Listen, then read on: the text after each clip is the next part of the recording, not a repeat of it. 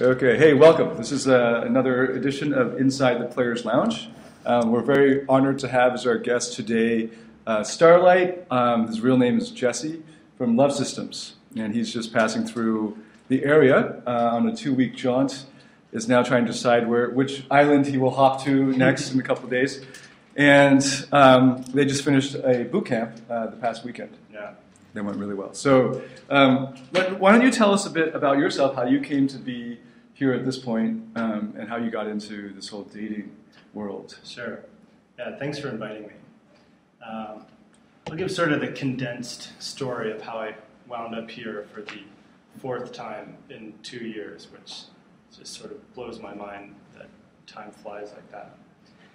If I go back to, say, high school, I was in the cool group in high school, and that was partially by choice and partially just sort of happened that way. But I was friends with the jocks and guys on the football team and guys that did rugby and worked out. So I never actually felt that confident with girls in high school, but things just sort of to work out by virtue of being around the right people.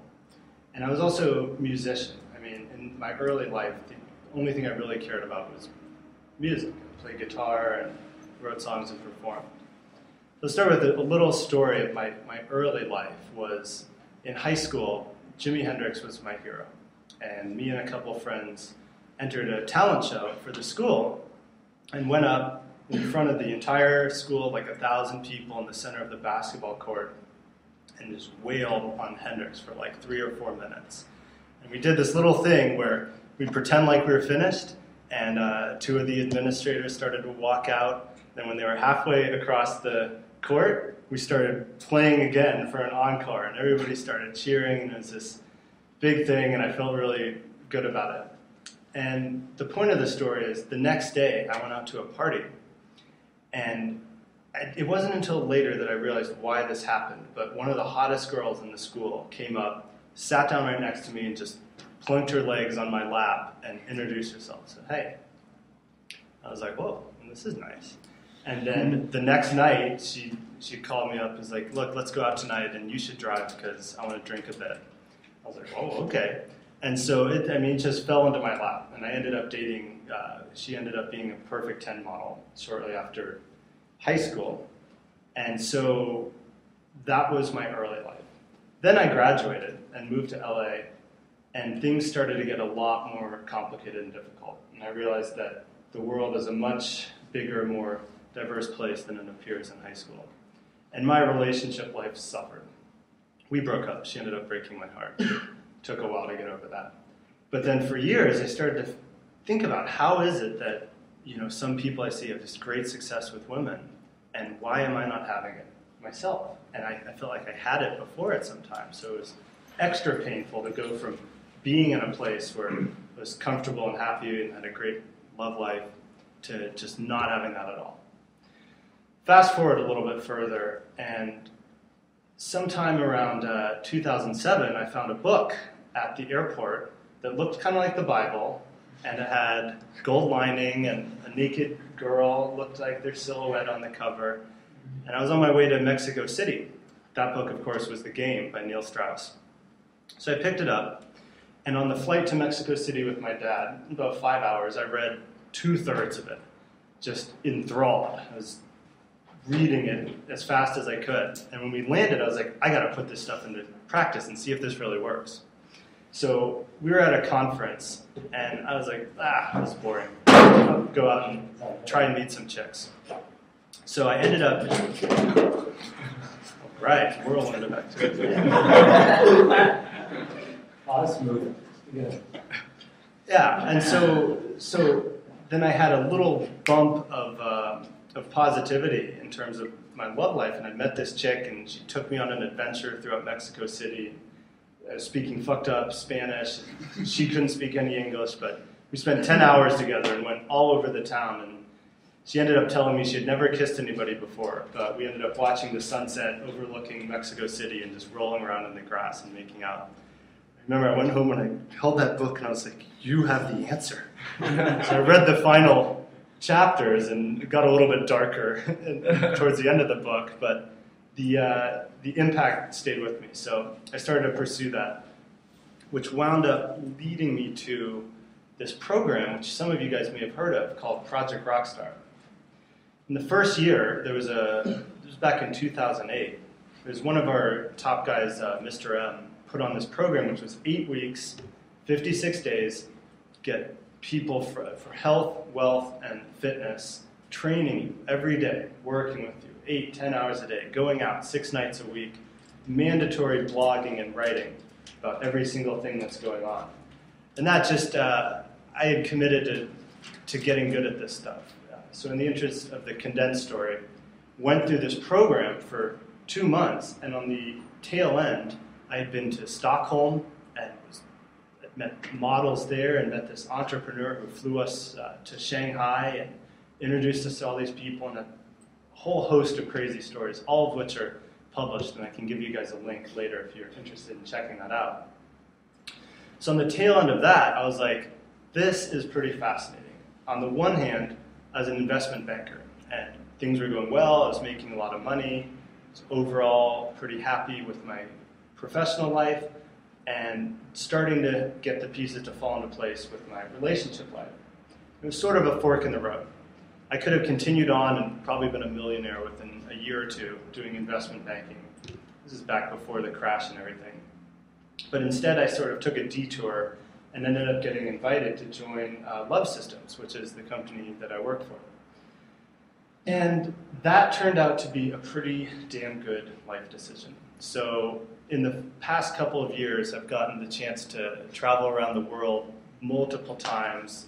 As I mentioned, this is my 4th time now in Singapore doing a program here, and it's just turned into a whirlwind of pretty good times and great memories, a lot of really good friends, and a whole host of new experiences that never would have imagined happened, both sexually and professionally and academically, as it turns out. So that sort of brings me up to the present in a sort of expedited way. And I'm happy to be here with you guys this evening. So. All right. Well, thank you for telling us about yourself and your journey to the next topic of Asia and Asian women and what you found to be different, any interesting insights you've had being here in Asia, meeting women here in Asia, and any comparisons between back home in America and here.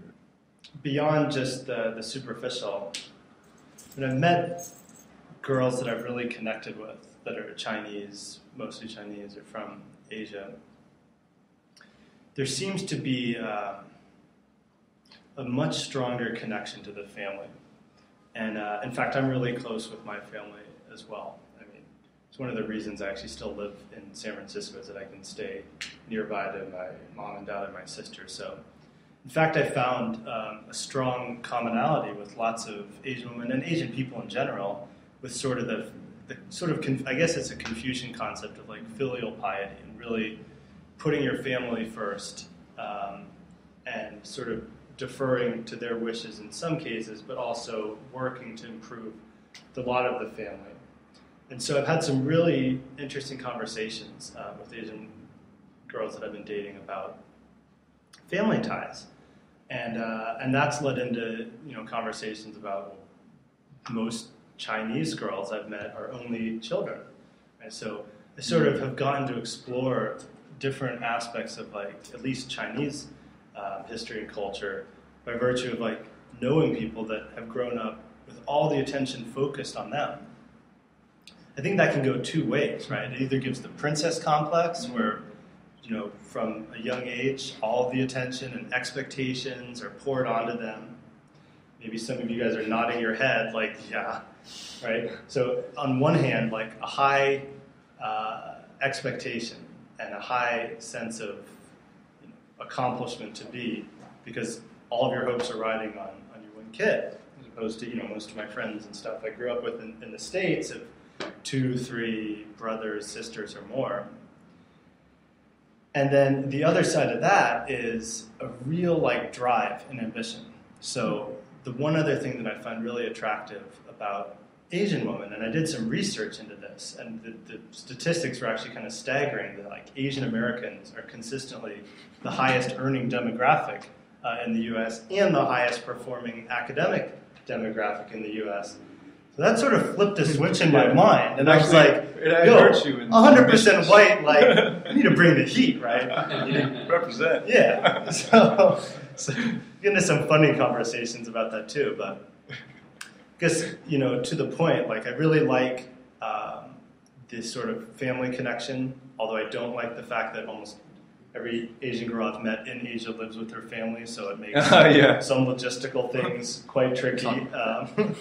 And then, the ambition and drive and the general emphasis that's placed on education. Although coming from a really different cultural background, my family is half Jewish, half Catholic. It's a whole another story in and of itself, but strong emphasis on education. So found a lot of connection unexpectedly with Asian girls by virtue of those things. Did you know that the Asian studies departments in America are until this past decade, were staffed primarily by Jewish scholars? I did not. Did you know that? And did you know that most of them were men, of course? And did you know that most of them are married to Chinese or Asian women? Really? There's a very strong cultural connection between the Jewish community and Asians. Actually, that goes back quite a long way, back to the 12th century and earlier.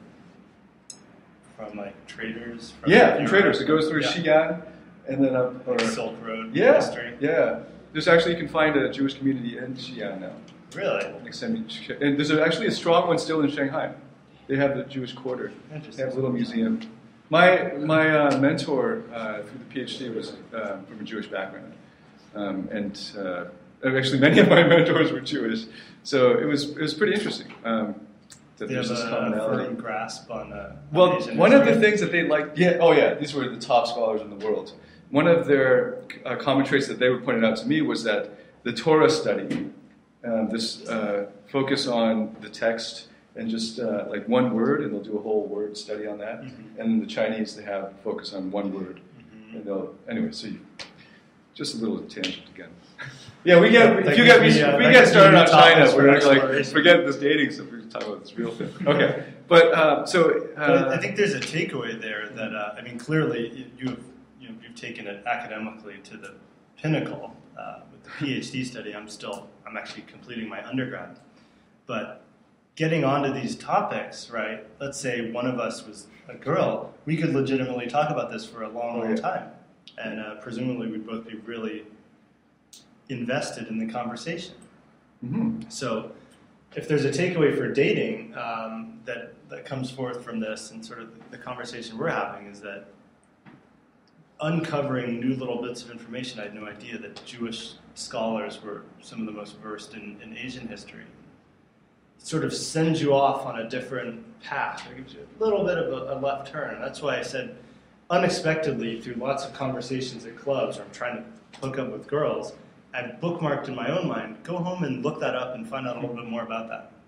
So it's dovetailed into other parts of my life. That came up because you were sharing other parts of your life, your personality that you didn't think were going to be the topics of the conversation. That's one thing I'm trying to encourage the guys to do is to open up more about themselves and just share things that they may not think that they're proud of yet, but that are part of them. Yeah. So you never know what they're going to pick up on. I strongly second that recommendation. And anything can be interesting if it's conveyed with the right enthusiasm and passion, I find. Yeah. One of our guys, Future, is a video game nut. And he's, in some sense, is a nerd, but he could go out and talk about video games all night and he'll still bowl, right? The topic content itself, maybe not that interesting. I, for one, know nothing about video games. But he could go and talk about it because he's bringing that compelling energy to the conversation. Yeah. I almost feel like that's... When I do that, the girls see the eyes glaze and then they're like, We're talking about Xbox and video games. Mm-hmm. Yeah, sorry. I think it's about if you focus on the emotions and the the feeling aspect more than, you know, I got to level 28 in Halo last week. Yeah. That was a personal best because I don't even know level 27. You know, tactical details and stuff aren't going to be interesting to a girl, but if you talk about the sense of accomplishment, stuff like that can be way more useful. Yeah, and if you can make it about her, because you can say that she looks like this character in this video game that you keep beating up and you feel kind of bad. Or, you know, I actually know one of our mutual friends, beauty pageant winner, who is a huge fan of video games. She actually will upload photos of herself on Facebook of her, the avatar? So you do cosplay? No, not like dressed up, but actually screenshots from the video game. And she'll upload them as her profile photos. So, you know, you might actually find an actual connection there. She might actually play video games. In Asia, it's a lot more common. I think it is. Yeah, late night gaming. Yeah, it is. That's another thing you like. I know practically zero American girls that play video games, but I've met a lot of chicks into StarCraft. Yeah, that's true. Just after clearly everybody here knows StarCraft, I still have no idea what that is. Yeah, me neither. I'm like the girl in the conversation. I'm totally lost. The girls are talking about Left 4 Dead. I'm like, what? It's a role reversal. So one of the characteristics of Asian people, still in modern society, is this emphasis on the family. And one thing that you brought up was that in San Francisco you live near your parents. Mm-hmm. You don't live in the same house?